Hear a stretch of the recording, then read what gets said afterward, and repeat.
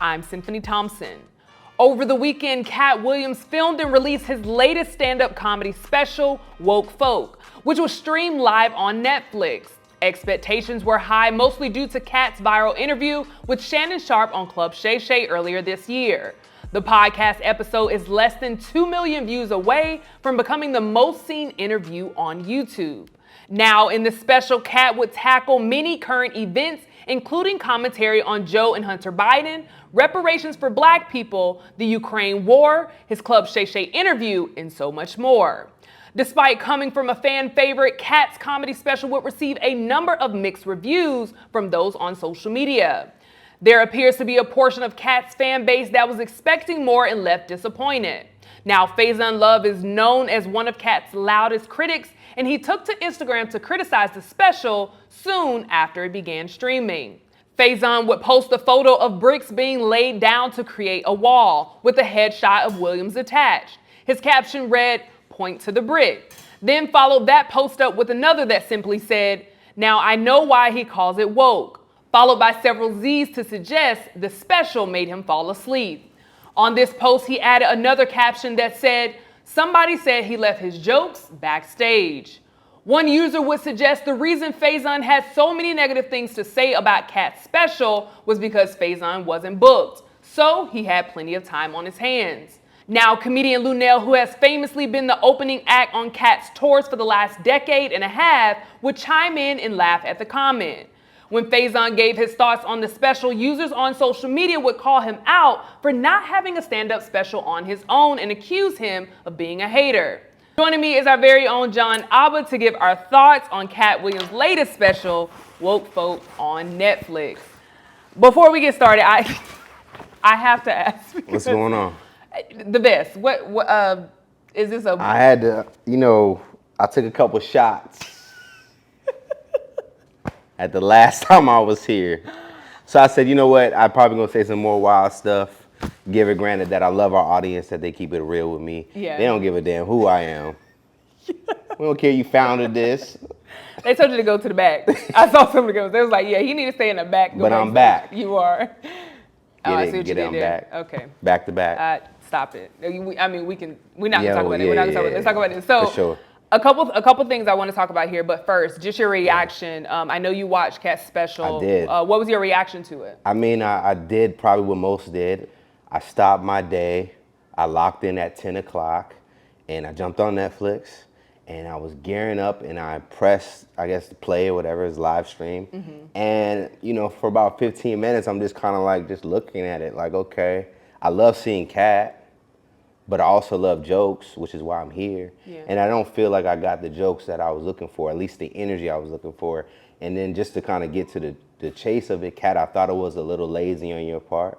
I felt that you are a veteran and you are a legend in this game, that you just talking about stuff is not gonna cut it anymore. We gotta get to a point where we're really crafting these things out. And I think it was kind of leaning in that. And, I'm coming a little harsh because I think that this needs to be heard. We need to hold our veterans accountable because we wanna see them excel.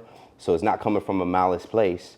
But also I think that, your Shannon Sharpe interview was just a better performance to me. Yeah. Well, what do you think he could have done? Because there are a couple people, of course, on social media kind of having that same rhetoric and thought as well. How do you think his special could have been more impactful? What could he have done differently? I mean, strategically, we all tapped in, and this is probably the reason why I think Netflix even made it live and made it the thing they did, because it was announced right after the Shannon Sharpe interview.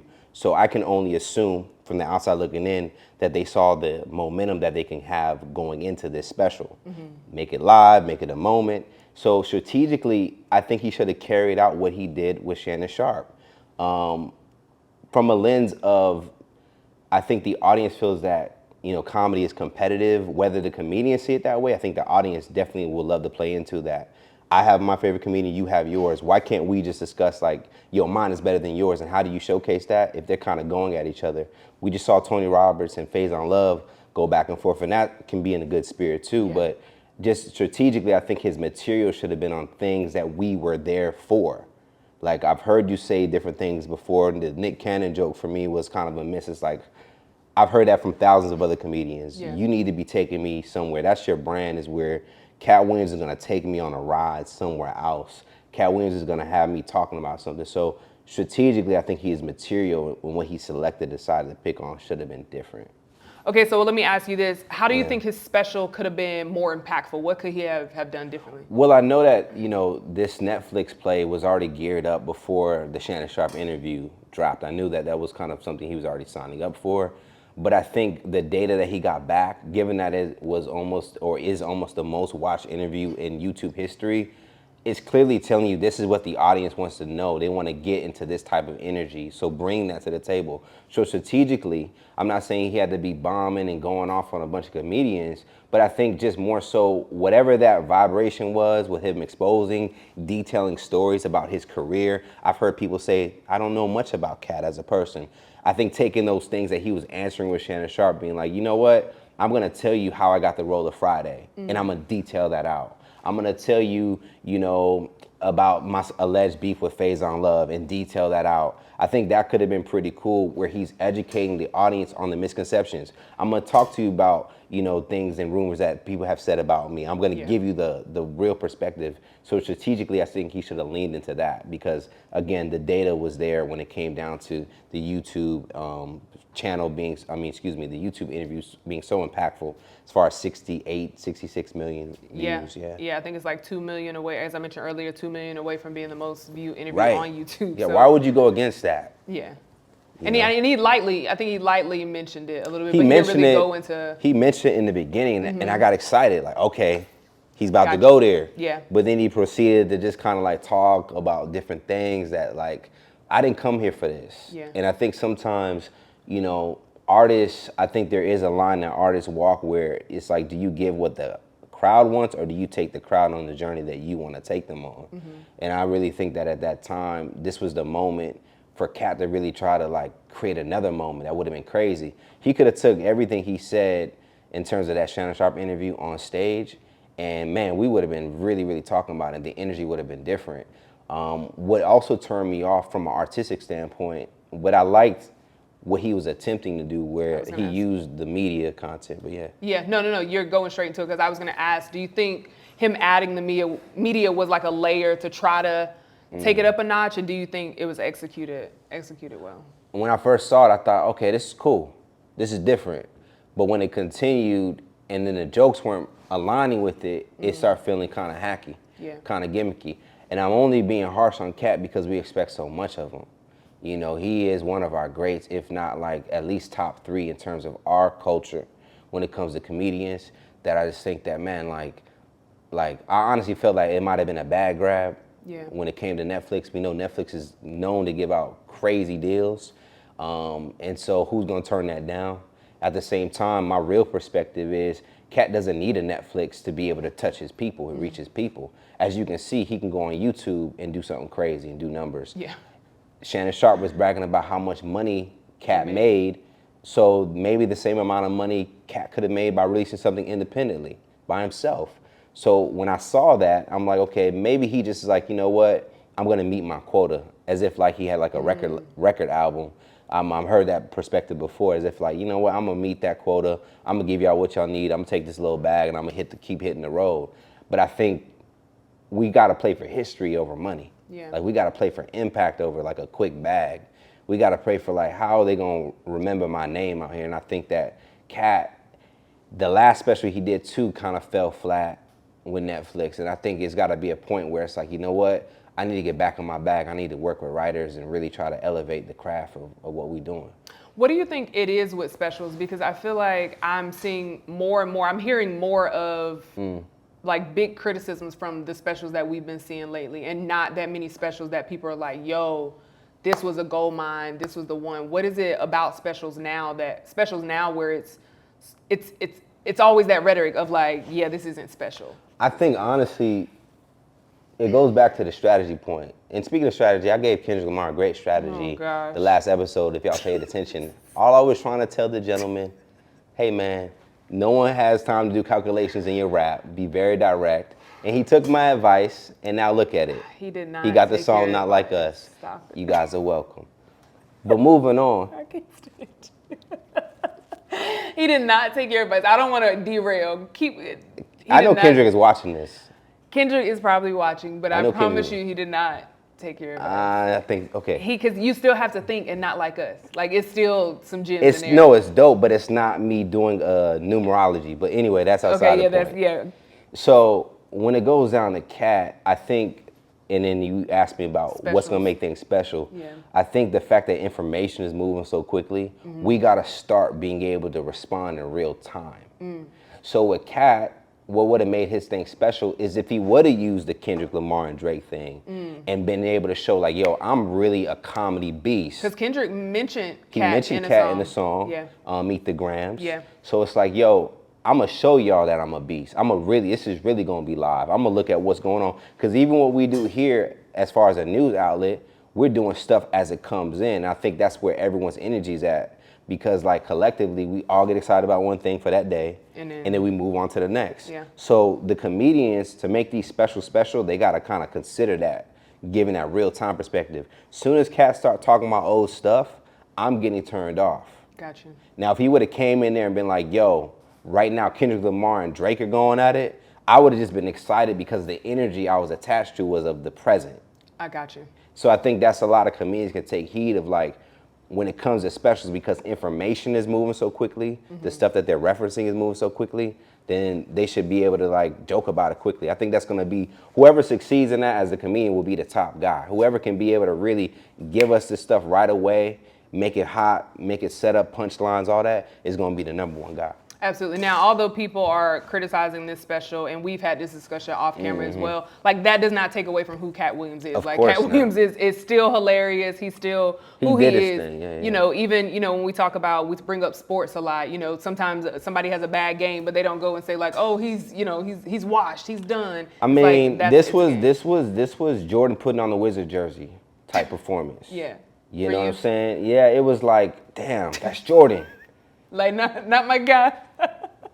And that's really what it was. And, Katt, I never met you man to man, but I hope you kind of take in what I'm saying from a level of love, but also kind of what our job here is at Comedy Hype is to give that perspective. So let me ask you, was there anything that you did like in the Man, special? that Hunter Biden joke was funny. Yeah. Like the way he set that up was really kind of lit. Like, it's like Hunter Biden's blow, like in the FBI don't know whose blow, cocaine is it. Yeah. That was funny. That gave me a real Did you like chuckle. that media on the screen? Because it just kind of gave you references. It did work. Okay. It did work. I just think, he's just bigger than that as far as media and like song. A lot of comedians that use music cues get labeled hacky. Gotcha. Because that's kind of like you're allowing the media to do the work and not you do the work. Yeah.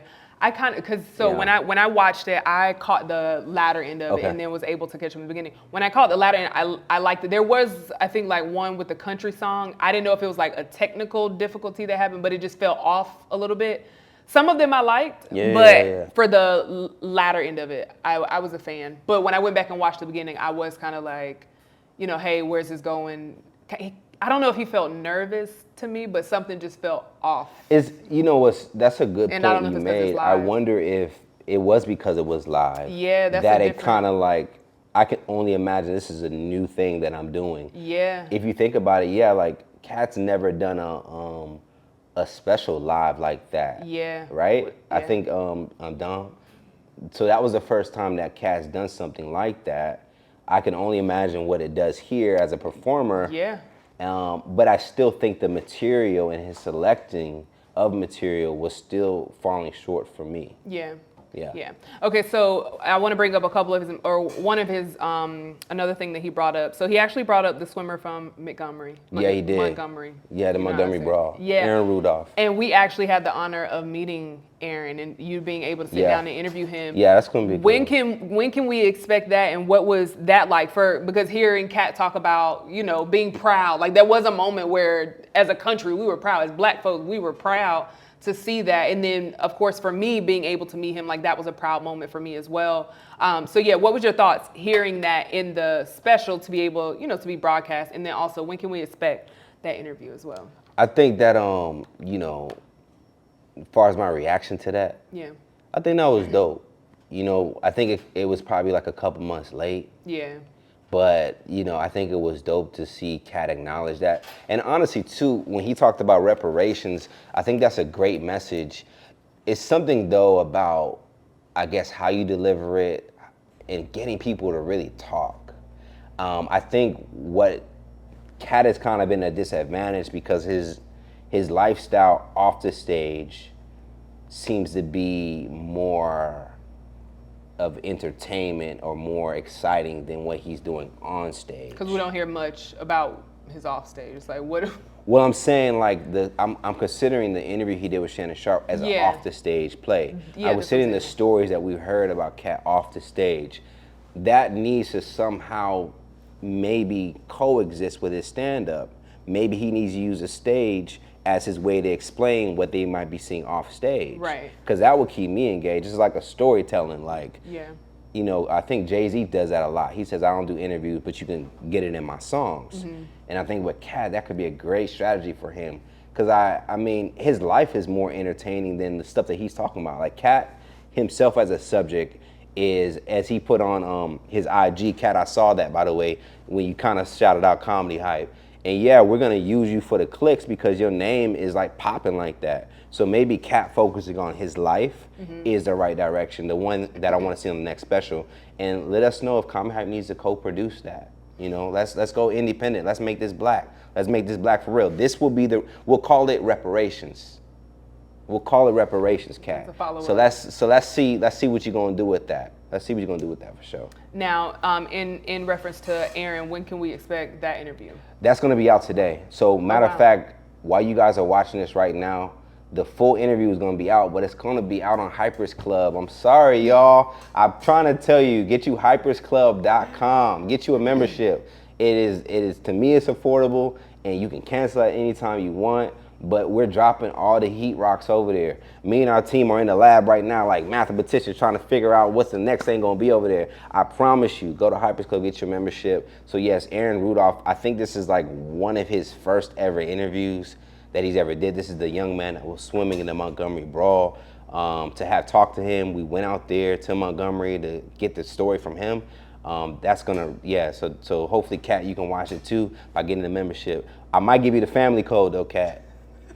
Cause we family. I hope I got my vest on. I hope you know it's all love. Keep it on. Please keep But outside of that, man, this has been a great conversation as always. Absolutely. Well, I definitely look forward to that interview because it was very impactful and being able to meet that young fella and his family. Like for me, just to be able to experience. Do you see him as an icon? Like, do you think he's gonna be like in like the history books type of thing? I hope so. I mean, I would hope so. That's what we saw in Montgomery is a historic moment. Do I think they're gonna? Do I think they are gonna put it? Absolutely not. They're already trying to scratch out our history anyway. Yeah. But for us, I do think that's a moment that we never need to lose sight of because that's a day where we saw our people stand up. And then they're always talking about how black folks don't swim. So seeing a black man swim, it was I a loved game it. changer. Had shoes on and everything. And he's such a young, humble man. And I think that a lot of parents, myself being a new parent, is like, that would be awesome for my son to hold that type of humility about himself. So I think just overall, it's like, man, like I feel like he's a historical icon, and we hope to continue to do work with him and continue to push forward. But outside of that, Katt, we want to keep seeing you do your thing.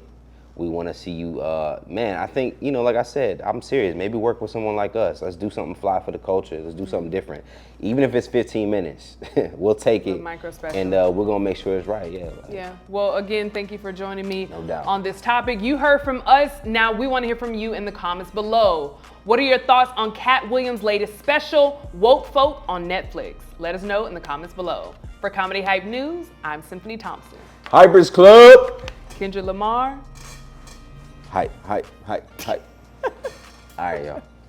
Did y'all enjoy that? We got so much more for you at hypersclub.com. Our exclusive interviews and backstage content gives you the chance to feel a part of the club. Come on and join.